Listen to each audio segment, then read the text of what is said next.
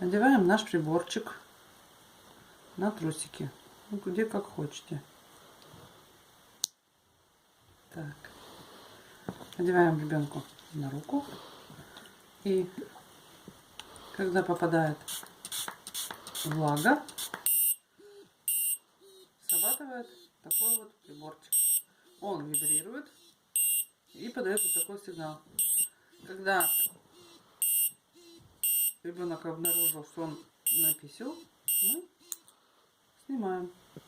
Готово.